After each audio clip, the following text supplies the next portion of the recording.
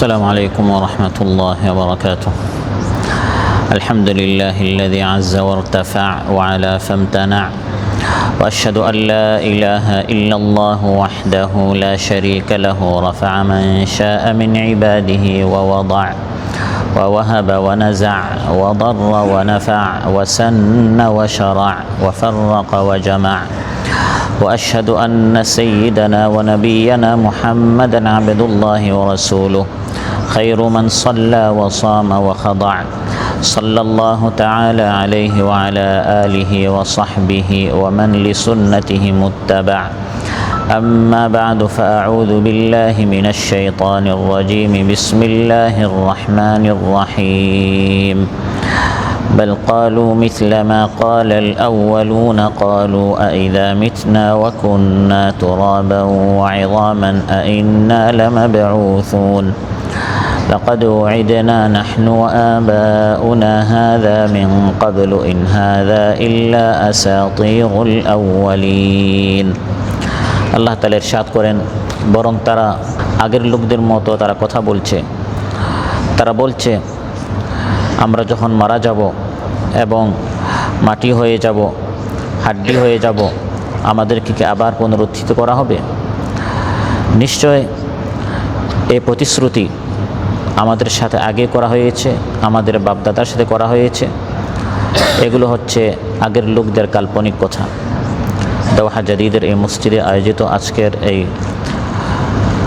মাহফিলে উপস্থিত সম্মানিত মুসল্লি ভাইরা, সূরাতুল মুমিনুন থেকে 3টে আয়াত 81, 82 এবং 83 তিলাওয়াত করে এর সহজ সরল বাংলা অনুবাদ উপস্থাপন করলাম।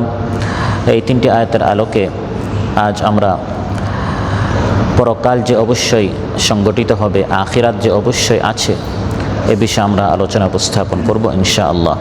সম্মানিত ভাইরা, প্রতি যুগে নবীরা এসে মৌলিক যে কয়েকটি দাওয়াত পেশ করেছেন, এর মধ্যে একটি হচ্ছে তাওহীদ, অর্থাৎ আল্লাহ তাআলা একক, তার কোনো শরীক নেই, তিনি একমাত্র সত্য মাবুদ। আরেকটি দাওয়াত সকল নবীরা দিয়েছেন, সেটি হচ্ছে আখিরাত, অর্থাৎ এই জীবনটি শেষ জীবন নয়, এই জীবনের পর আরেকটি জীবন আছে।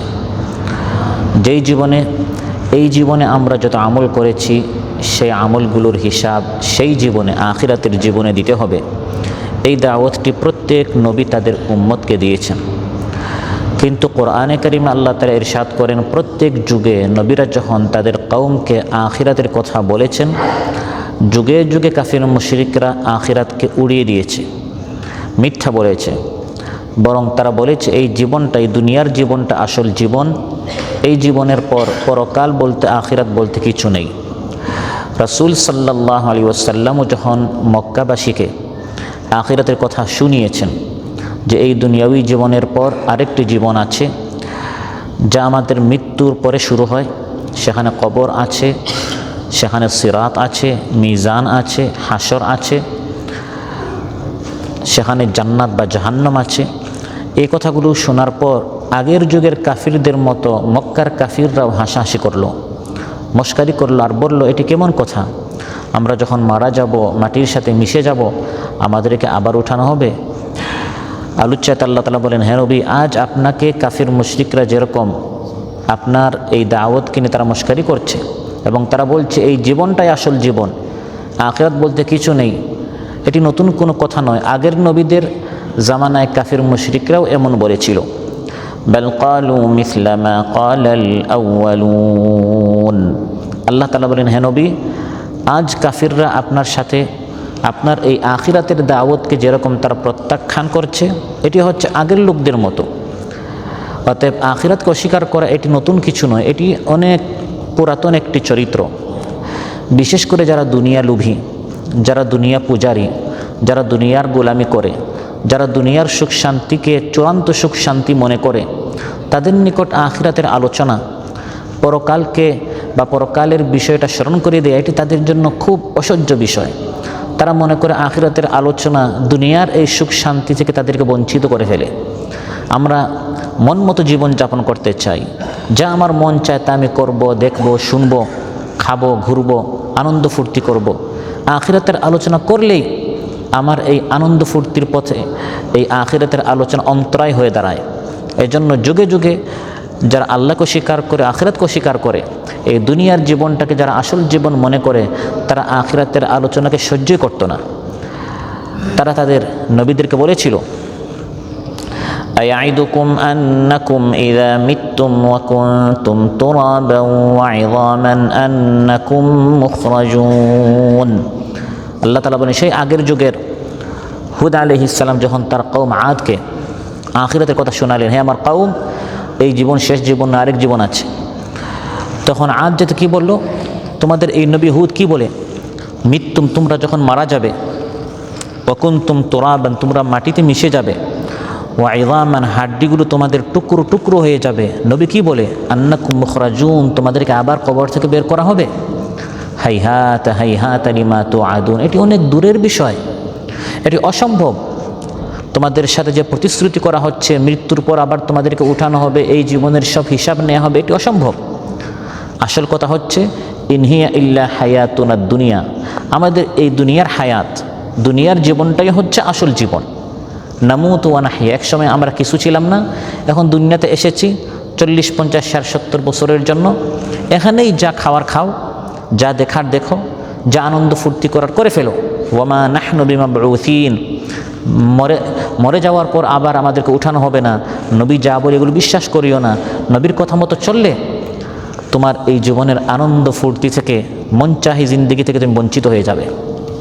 আল্লাহ তাআলা বলেন, এই কথাটি যুগে যুগে নবীদের কথার বিপরীতে কাফির মুশরিকরা বলেছিল।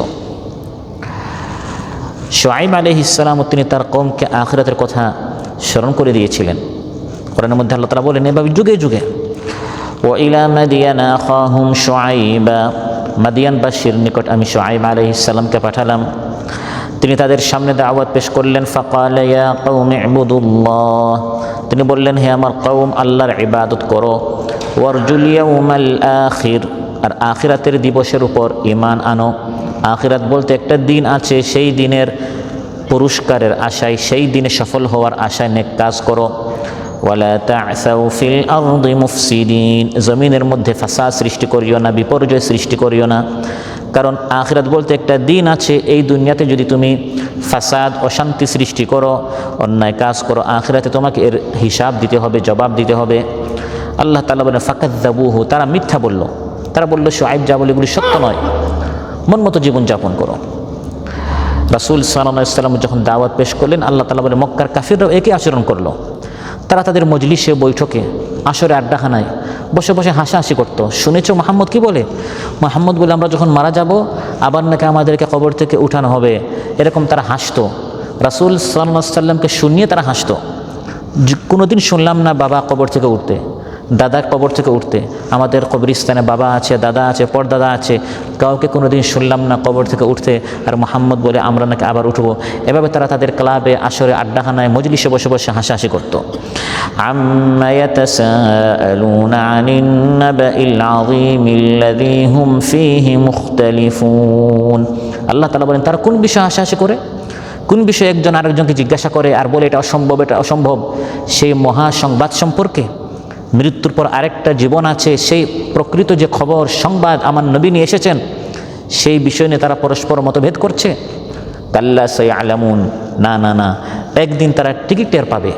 সুম্মা কাল্লা সায়ালামুন, অবশ্যই একদিন তারা বুঝতে পারবে আমার নবীর এই দাওয়াতটি এই কথার সত্য, যেদিন তারা সচক্ষে আখিরাত অবলোকন করবে। সচক্ষে যখন জান্নাত, জাহান্নাম, সিরাত, মিজান দেখে ফেলবে, তখন বুঝবে সেই দুনিয়াতে নবী যে দাওয়াত দিয়েছেন এটা সত্য, এটা মস্কারি ছিল না, এটা খেল তামাশা ছিল না। সেদিন তারা বুঝবে, কিন্তু ওই সময় এই বোঝাটা কোনো কাজে আসবে না। তো তারা বলতো, আমরা যখন মারা যাব, নবী বলে কি আমরা যখন মারা যাব, قالوا أإذا متنا وكنا ترابا وعظاما أإنا لمبعوثون, আমরা যখন মারা যাব, ওয়াকুন্না তুরাবান, তুরাব বলে মাটিকে, আমরা যখন মাটিতে মিশে যাব, ওয়াইযামান, হাড্ডিগুলো আমাদের টুকরো টুকরো হয়ে যাবে, আইন্না লামাবউথুন, আবার উঠানো হবে, এটা কিভাবে সম্ভব? এটা বিশ্বাস করার মতো বিষয় নয়। একজন যখন প্লেন থেকে যদি ধসে পড়ে, বাতাসে সে নাই হয়ে যায়, বা আগুনেতে পড়ে ছাই হয়ে যায়, বা পানিতে ডুবে হিংস্র প্রাণীর, জলপ্রাণীর পেটে এক এক এক একজন কয়েক জলপ্রাণীর পেটে চলে যায়, সেই মানুষটাকে আল্লাহ তাআলা কীভাবে একত্রিত করবেন? আল্লাহ তাআলা জবাব দিচ্ছেন আল্লাহ কীভাবে একত্রিত করবেন। কুল কুনু হিজারাতান আও হাদিদান আও খালকাম মিম্মা ইয়াকবুরু ফি সুদুরিকুম, পাথর হোক, মৃত্যুর পর লোহা হোক বা পাথর হোক, বা তোমাদের দৃষ্টিতে যে জিনিসটি অনেক শক্ত এরকম কোনো একটি জিনিস হয়ে যাও, তারপরেও আল্লাহ তাআলা তোমাদেরকে আবার উঠাতে পারবেন। তারা জিজ্ঞাসা করবে কে আমাদেরকে আবার উঠাবে? আল্লাহ তাআলা বলেন, হে নবী আপনি বলুন, যিনি প্রথমবার সৃষ্টি করেছেন তিনি পুনর্বার তোমাদেরকে উঠাবেন। ফাসায়াকুলুনা মান ইউঈদুনা, তারা প্রশ্ন করবে কে আমাদেরকে আবার উঠাতে পারবে? যখন আমরা নাই হয়ে যাব, মাটিতে শেষ হয়ে যাব, কে আবার উঠাবে? আল্লাহ জবাব দিচ্ছেন, আল্লাযী ফাতারাকুম আউওয়ালা মাররা, যিনি তোমাদেরকে প্রথমবার সৃষ্টি করেছেন তিনি তোমাদেরকে পুনর্বার উঠাবেন। অতএব আল্লাহ তাআলা আখিরাতে আবার আমাদেরকে একত্রিত করবেন, উঠাবেন, এটি মহাসত্য, এটা অস্বীকার করার কোনো সুযোগ নেই। কিন্তু যারা অস্বীকার করতো তারা বলতো যে এই সকল প্রতিশ্রুতি আমাদের বাপদাদার সাথে করা হয়েছে, আমাদের বাপদাদাদেরকেও দুনিয়ার এই আনন্দ ফুর্তি থেকে সেই যুগের নবীরা বঞ্চিত করেছে, আর আজ আপনারা এসেছেন আখিরাত এবং পরকালের আলোচনা, এই সকল আলোচনা করে করে দুনিয়াতে আমাদেরকে মন মতো আপনারা জীবনযাপন করতে দিচ্ছেন না। লাকাদ ওয়াইদনা নাহনু ওয়া আবাউনা হাযা মিন ক্বাবল ইন হাযা ইল্লা আসাতিরুল আউয়ালিন। এগুলো হচ্ছে আগের লোকদের উপকথা, কাহিনীসমূহ, পুনর্বার জীবিত হওয়ার এই প্রতিশ্রুতি যা আমাদের পূর্বপুরুষদের যুগ থেকে চলে আসছে, কিন্তু এখন পর্যন্ত এটা কখনো বাস্তবে ঘটেনি। পরিষ্কার এর অর্থ হলো এসব উপকথা মাত্র, এগুলো কল্পকাহিনী। পূর্বপুরুষদের সময় যে সকল নবীর এসেছিলেন তারাও পরকাল বলেছিলেন, এখন আপনারাও আখিরাত পরকাল বলছেন। এই সকল কথা বলে বলে আপনারা আমাদেরকে দুনিয়ার সুখ শান্তি থেকে বঞ্চিত করতে চান। প্রিয় ভাইরা, প্রত্যেক যুগে নবী এবং দাঈল আল্লাহরা সবচেয়ে গুরুত্বপূর্ণ যে বিষয়ের উপর তারা আলোচনা করে থাকেন, গুরুত্ব দিয়ে থাকেন, প্রথম হচ্ছে তাওহীদ, আর 2 নম্বরে হচ্ছে রিসালাত, 3 নম্বরে হচ্ছে আখিরাত।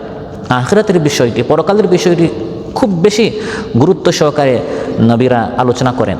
মজলিসে, মাহফিলে, বয়ানে, দারসে, খুতবায় সবসময় আখিরাতের আলোচনা বেশি করে করা হয়। এমনকি কোরআনে কারিমে আল্লাহ তাআলা আখিরাত সংক্রান্ত যত বেশি আলোচনা করেছেন, এই আখিরাতের বিষয়ে সব আয়াতগুলো একত্রিত করা হলে 30 পারার মধ্যে 10 পারা হয়ে যাবে। এত বেশি আল্লাহ তাআলা আখিরাত নিয়ে আলোচনা করেছেন। কোরআনে কারিমের 1/3, 3 ভাগের 1 ভাগ এগুলো একসাথে আলোচনা করা হয় না, বিক্ষিপ্তভাবে। এই বিক্ষিপ্ত আয়াতগুলো একসাথে করা হলে কোরআনে কারিমের 3 ভাগের 1 ভাগ হয়ে যাবে শুধু আখিরাতের আলোচনা। কিন্তু বারবার কাফির মুশরিকরা অস্বীকার করছে। তারা যত অস্বীকার করে আল্লাহ তাআলা তত বেশি আখিরাতের উপর বেশি আলোচনা করেন। কেন এত বেশি আখিরাতের উপর আলোচনা?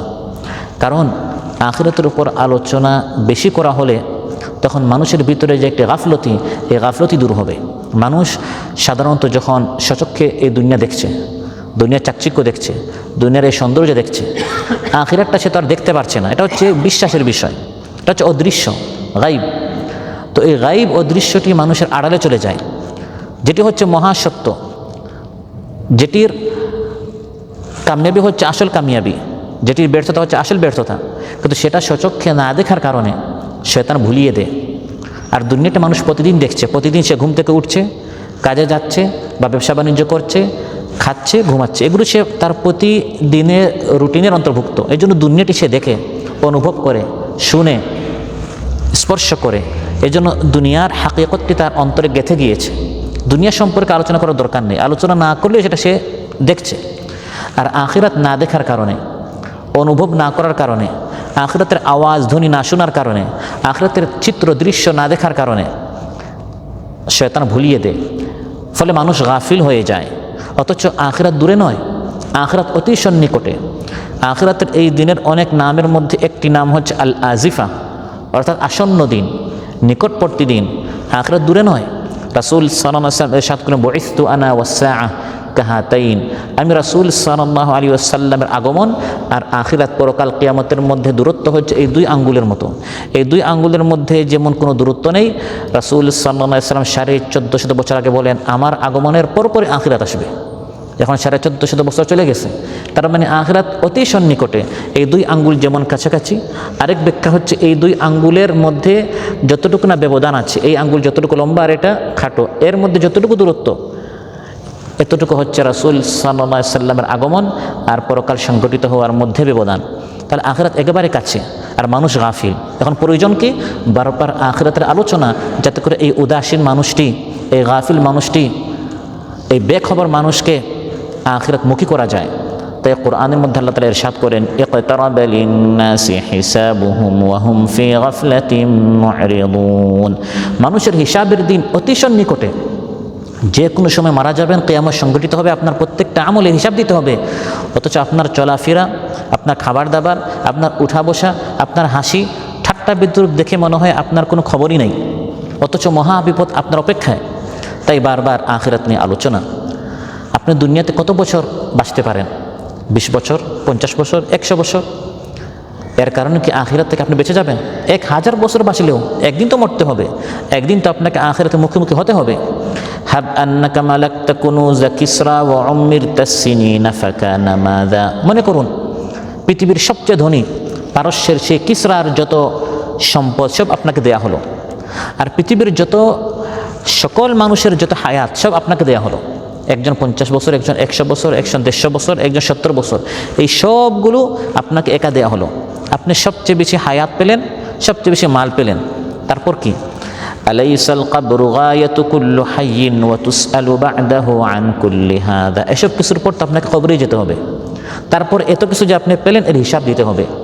ফামান আশা আলফান ওয়া আলফাইনি ফালা বুদ্দা মিন ইয়াউমিন ইয়াসিরু ইলাল কবরি। কেউ যদি 1000 বছরও বাঁচে বা 2000 বছরও বাঁচে, তাকে একদিন কবরে যেতে হবে। এজন্য বারবার আখিরাত নিয়ে আলোচনা। এই মানুষকে ভালো করার জন্য, এই মানুষটাকে নেককার করার জন্য সবচেয়ে শক্তিশালী পাওয়ারফুল জিনিস হচ্ছে আখিরাতের আলোচনা। একজন অপরাধী, একজন খুনি, একজন উঠতে বসতে চলতে ফিরতে কবিরা গুনাহ করে, তার ভিতরে আল্লাহর ভয় বলতে কিছু নেই, এই মানুষটাকে যদি আপনি পরহেজগার বানাতে চান, মুত্তাকি বানাতে চান, আল্লাহওয়ালা বানাতে চান, তাহলে তার পিছনে সবসময় সিসি ক্যামেরা ফিট করে বা পুলিশ তার পিছনে ফিট করে এই লোকটাকে ভালো বানানো যাবে না। কারণ যতক্ষণ সিসি ক্যামেরা আছে ততক্ষণ সে ভালো থাকবে, আর যেখানে সিসি ক্যামেরা নেই ওই সময়টা সে কোনো একটা অপরাধ করে ফেলবে। রাসূল সাল্লাল্লাহু আলাইহি ওয়াসাল্লাম যখন পৃথিবীতে এসেছেন, নবী হয়ে তিনি আগমন করেছেন, তখন পৃথিবীর সবচেয়ে নিকৃষ্ট এক জাতি, যারা নিজ কন্যাকে দাফন করে ফেলতো, সামান্য একটি পানির কারণে, কুয়ার কারণে, উটনির কারণে 40-50 বছর পর্যন্ত তারা যুদ্ধে লিপ্ত থাকতো, এমন অসভ্য এক জাতিকে তিনি শ্রেষ্ঠ জাতিতে পরিণত করেছেন আখিরাতের এই অনুভূতি তাদের অন্তরে সৃষ্টি করে। একদিন মরতে হবে, সে মৃত্যুর পর এই দুনিয়ার সব আমলের হিসাব দিতে হবে। এই অনুভূতি যখন তাদের ভিতরে জাগ্রত হয়েছে, তখন তারা পৃথিবীর শ্রেষ্ঠ মানবে পরিণত হয়েছে। সুবহানাল্লাহ। তারা নামাজি হয়েছে। একজন মানুষ নামাজি কিভাবে হবে? আপনি যদি তাকে বলে ভাই নামাজ পড়লে আপনাকে টাকা দেওয়া হবে, নামাজ না পড়লে আপনার জন্য জেল জরিমানা আছে, যতক্ষণ পর্যন্ত ওই জেল জরিমানার সম্ভাবনা থাকে সে নামাজ পড়বে, আর যেখানে জেল জরিমানার সম্ভাবনা নেই সে নামাজ বাদ দিয়ে দিবে। কিন্তু যখন আপনি তার ভিতরে এই অনুভূতি সৃষ্টি করতে পারবেন, ভাই নামাজ পড়লে জান্নাত আছে, না পড়লে জাহান্নাম আছে, ইন্না আউওয়াল মা ইউহাসাবু আলাইহিল আবদু মিন আমালিহি সালাতু, পরকালে আপনার প্রথম যে আমলের হিসাব হবে সেটা হচ্ছে আপনার নামাজের। অতএব নামাজটা ভালো করেন। এই আখিরাতের ভয়টা যখন অন্তরে সৃষ্টি করবেন, তখন সে দুনিয়ার কাজে যত বেশি মশগুল হোক না কেন, ওই আখিরাতের ভয়ে আযানের ধ্বনি তার কানে আসা মাত্রই সে মসজিদে এসে হাজির হয়ে যাবে। তিরমিজি, ইবনে মাজাহ, মুসনাদ আহমদে এসেছে, রাসূল সাল্লাল্লাহু আলাইহি ওয়াসাল্লাম ইরশাদ করেন, ইযা রাআইতুমুর রাজুলা ইয়াতাদুল মাসাজিদ ফাশহাদু লাহু বিল ঈমান। কোনো ব্যক্তিকে যখন সবসময় মসজিদে আসতে দেখবে, তখন এই ব্যক্তির সম্পর্কে তোমরা সাক্ষী দিবে লোকটা ঈমানদার, তার ভিতরে আখিরাতের ঈমান আছে। ইন্নামা ইয়ামুরু মাসাজিদাল্লাহি মান আমানা বিল্লাহি ওয়াল ইয়াউমিল আখির। এই মসজিদে সবসময় কারা আসে? মসজিদটা কারা আবাদ করে? যাদের আল্লাহ এবং পরকালে আখিরাতে ঈমান আছে। একজন মানুষকে আপনি কিভাবে বলতে পারবেন যে ভাই আপনি জালিয়াতি করবেন না, হারাম খাবেন না, ইতিমের মালটা ফেরত দিয়ে দেন, তার জমিটা দখল করবেন না? তাকে এই সকল অপরাধ থেকে দূরে রাখার সবচেয়ে সাকসেস এবং পাওয়ারফুল দাওয়াত হচ্ছে, মাধ্যম হচ্ছে, হাতিয়ার হচ্ছে, আপনি তাকে আখিরাতের ভয় দেখাবেন। আপনি যে তার জায়গাটা দখল করলেন, কাল কিয়ামতের দিন জায়গাটা ফেরত দিতে হবে, কিন্তু জায়গা হিসাবে নয়, সেখানে মুদ্রা হবে আপনার আমলটি। আজ যে আপনি তাকে সাইটে কাজের কথা বলে নিয়ে গেলেন, কাজ করালেন 8-10 ঘন্টা, তারপর তার হকটা যে দিলেন না, আপনি যদি তাকে পুলিশের ভয় দেখান, মামলা মোকদ্দমার ভয় দেখান, যেখানে মামলা মোকদ্দমা আইন কানুন প্রতিষ্ঠিত আছে সেখানে সে ভালো সাজবে, আর যে দেশে বা যেখানে এই আইন কানুন নাই সে তার অপরাধে ফিরে যাবে। তার ভিতরে আপনি আখিরাতের ভয় সৃষ্টি করবেন। ভাই, আপনি যে তার হকটা নষ্ট করলেন, পরকালে কিন্তু সেটা ফেরত দিতে হবে, আর সেখানে আপনি টাকা দিবেন না, আপনার এই আজকের এশার নামাজটি ফেরত দিয়ে দিবেন, আপনার মাগরিবের নামাজ। আর যদি নামাজ না থাকে তার গুনাহগুলো আপনার উপর চাপিয়ে দেওয়া হবে। রাসূল সাল্লাল্লাহু আলাইহি সাল্লাম যখন পৃথিবীতে আসলেন, এই ব্যাধিটি আমাদের বাংলাদেশের মতো সেই সময় ওই দেশগুলোতেও ব্যাপক ছিল। ওজনে কম দেওয়া, নেয়ার সময় বেশি নেয়া, দেয়ার সময় কম দেয়া। আল্লাহ তাআলা আয়াত নাজিল করলেন, ওয়াইলুল লিল মুতাফফিফিন, যারা মানুষের হক নষ্ট করেছে তাদের জন্য ধ্বংস। তারা কারা?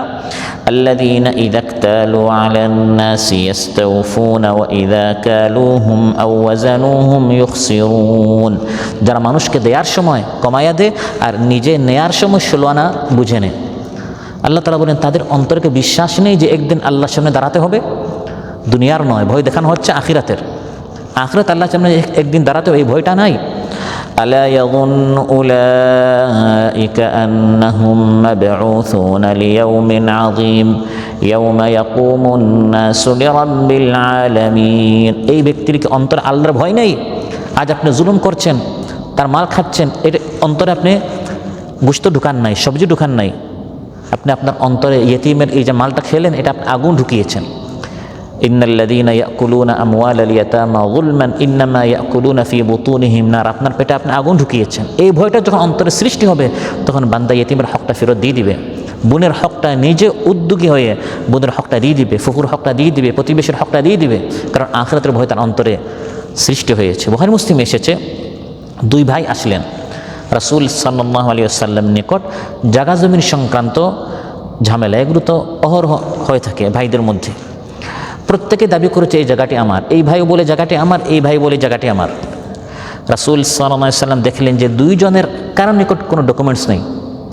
হ্যাঁ, 2 জনের মধ্যে যে কেউ চাইলে জালিয়াতি করতে পারে, দলিল বানিয়ে ফেলতে পারে। এখন তাদের অন্তরে জাগ্রত করাতে হবে আল্লাহর ভয়, আখিরাতের ভয়, আখিরাতের বিশ্বাস, আখিরাতের চিন্তা তাদের অন্তরে সৃষ্টি করতে হবে। রাসূল সাল্লাল্লাহু আলাইহি ওয়াসাল্লাম ইরশাদ করলেন, ইন্নাকুম তাখতাসিমুনা ইলাইয়া, তোমরা আমার নিকট মামলা মোকদ্দমা নিয়ে আসো, আমি নবী, আমি গায়ব জানি না। ওয়া ইন্নামা আনা বাশার, আমি তোমাদের মতোই মানুষ, অর্থাৎ আমি গায়ব জানি না।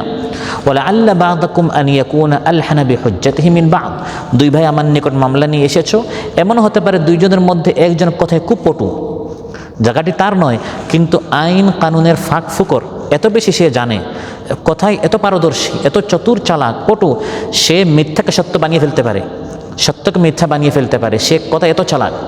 আমি নবী তো গায়ব জানি না, আমি যখন দেখব তার কথাটি আসলেই, তখন আমি তার পক্ষে রায় দিয়ে দিতে পারি, অত সে জানে এই জায়গাটি তার নয়। রাসূল সাল্লাল্লাহু আলাইহি ওয়াসাল্লাম ইরশাদ করলেন, ওয়া ইন্নামা আকদি লাহু আলা নাহয়ি মা আসমা ফামান কাদাইতু লাহু বিহাক্কি আখি ফাইন্নামা আকতাউ লাহু কিতআতাম মিনান নার, তার হক নয়, তার কথা, সে কথায় পটু হওয়ার কারণে বা ডকুমেন্টস দলিল জালিয়াতি করার কারণে আমি তার পক্ষে রায় দিয়ে দিলাম, অথচ জায়গাটি তার নয়, বুঝতে হবে আমি তাকে জায়গা দেই নাই, আমি তাকে জাহান্নামের আগুনের একটা টুকরা দিয়েছি, আমি তাকে জাহান্নামের আগুনের একটা টুকরা দিয়েছি। আপনারা বলেন, আমাদের দেশে যে মামলা মোকদ্দমা হয় আদালতে গেলে কত বাদীও মিথ্যা কথা বলে, যে সাক্ষী দিচ্ছে সেও মিথ্যা সাক্ষী দিচ্ছে, যার ডকুমেন্টস পেশ করা হয় জেনে শুনে অনেকে মিথ্যা রিপোর্ট পেশ করে, মিথ্যা এবং জালিয়াতি করে অনেক ডকুমেন্টস নিয়ে আসে। আর যারা রায় দিয়ে থাকে তারাও অনেক সময় উপরের পাওয়ারে নির্দেশনায় তারা মুখস্থ কিছু রায় দিয়ে থাকে। তাদের মধ্যে যদি আখিরাতের এই ভয় সৃষ্টি করা যায় যে আমি যে আজ মিথ্যা রায় দিচ্ছি বা মিথ্যা সাক্ষী দিচ্ছি, কিয়ামতের দিন হিসাব আল্লাহর সামনে দিতে হবে। 2 ভাইয়ের অন্তরে এত বেশি আল্লাহর ভয় সৃষ্টি হলো, 2 জন কান্না করা শুরু করলেন এবং 2 জনে বলল, ইয়া রাসূলুল্লাহ, আমি জায়গা চাই না, হাক্কি লি আখি, আমি আমার হকটা আমার ভাইকে দিয়ে দিলাম। মহানবী সাল্লাল্লাহু আলাইহি ওয়াসাল্লাম ইরশাদ করেন, যেহেতু আপনাদের মধ্যে আখিরাতের এত ভয় সৃষ্টি হয়েছে, শুনেন, ফাযহাবা ফাক্তাসিমা, আপনারা ইনসাফের সাথে জায়গাটি ভাগ করে নেন। সুম্মা তাওয়াখায়াল হাক্কা, সর্বোচ্চ চেষ্টা করবেন একজন যেন আরেকজনের জায়গাটা দখল করে না ফেলেন বা আরেকজন হকটা যেন না নেন, সর্বোচ্চ চেষ্টা করবেন। সুম্মাস্তাহিমা, তারপর লটারি করবেন, যার ভাগ্যে যেটা পড়বে সেটা আপনারা নিয়ে নেবেন। সব কিছু শেষ হওয়ার পর পরস্পর আপনারা কুলাকুলি করে একজন আরেকজনের কাছ থেকে মাফ চেয়ে নেবেন। এভাবে অন্তরটা সাফ করবেন, পরিষ্কার করবেন। এভাবে মহানবী সাল্লাল্লাহু আলাইহি ওয়াসাল্লাম তাদেরকে শিখিয়েছেন। তাহলে আপনি যদি একজন মানুষকে নামাজি বানাতে চান, সত্যবাদী বানাতে চান, ন্যায় ইনসাফওয়ালা বানাতে চান, তার অন্তরে আল্লাহর ভয়টা সৃষ্টি করতে হবে। মহানবী সাল্লাল্লাহু আলাইহি ওয়াসাল্লাম প্রায় সময় আখিরাতের সাথে আমলগুলো একসাথে উল্লেখ করতেন। মান কানা ইউমিনু বিল্লাহি ওয়াল ইয়াউমিল আখির ফালিয়াকুল খায়রান আও লিয়াসমুত, বুখারীর বর্ণনা। আল্লাহ এবং পরকালে যার ঈমান আছে সে যেন সত্য কথা বলে বা খামোশ থাকে। তাহলে আমি খামোশ থাকবো কেন? আখিরাতের ভয়ে। মান কানা ইউমিনু বিল্লাহি ওয়াল ইয়াউমিল আখির ফালইউকরিম জারাহু, ফি রিওয়ায়া ফালা ইউদি জারা।